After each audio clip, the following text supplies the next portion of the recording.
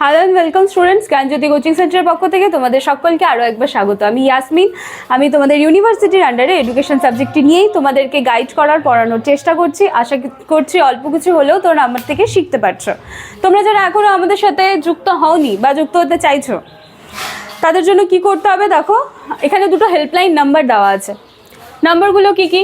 6295916282, 7076398606।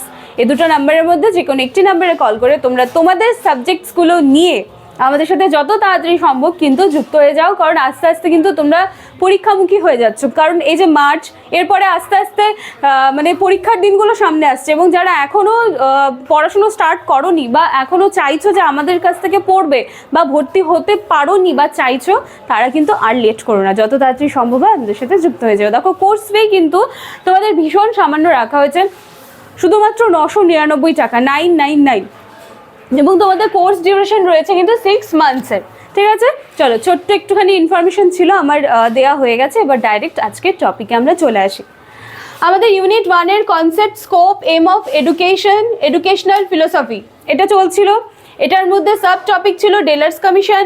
Delors কমিশনের জানার জন্য শিক্ষা, কর্মের জন্য শিক্ষা, একত্রে বসবাসের জন্য শিক্ষা কমপ্লিট হয়ে গেছে। 4 পিলার্স আছে ডেলার্স কমিশনে, তার মধ্যে 3টা কমপ্লিট করে ফেলেছি। আজকে লাস্ট ওয়ান হচ্ছে প্রকৃত মানুষ হওয়ার শিক্ষা।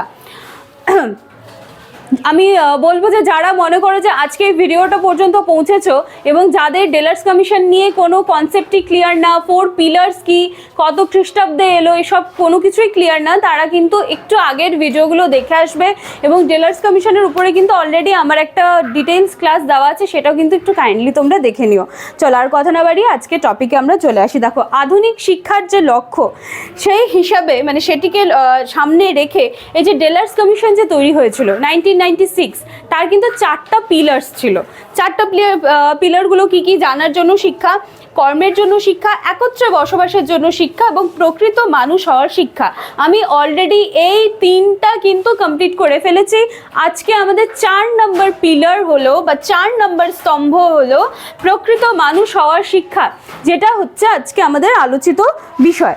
দেখো, এই যে ডেলার্স কমিশন, এই কমিশনে বলা হয়েছে যে সারা বিশ্বব্যাপী এখন কি চলছে, মানুষে মানুষে ভেদাভেদ, হ্যাঁ, জাতি ধর্ম নিয়ে এত কিছু ভেদাভেদ, এই সব কিছুর ঊর্ধ্বে উঠে মানুষ যেন প্রকৃত মানুষ হতে পারে। এবং এটা বলতে গিয়ে আবার আমি আগের দিনের যে পিলারটা ছিল 3 নম্বর পিলার, যেটা একত্রে বসবাসের জন্য শিক্ষা ছিল, সেটাও একটুখানি চলে আসে যে এই সব কিছুর ঊর্ধ্বে উঠে এই যে মারামারি, হানাহানি, মানুষে মানুষে বিভেদ, এই সমস্ত কিছুর ঊর্ধ্বে উঠে আমরা সেই শিক্ষাটা গ্রহণ করব, যার মাধ্যমে আমরা কিন্তু একজন আদর্শ, একজন প্রকৃত মানুষ হয়ে উঠতে পারবো।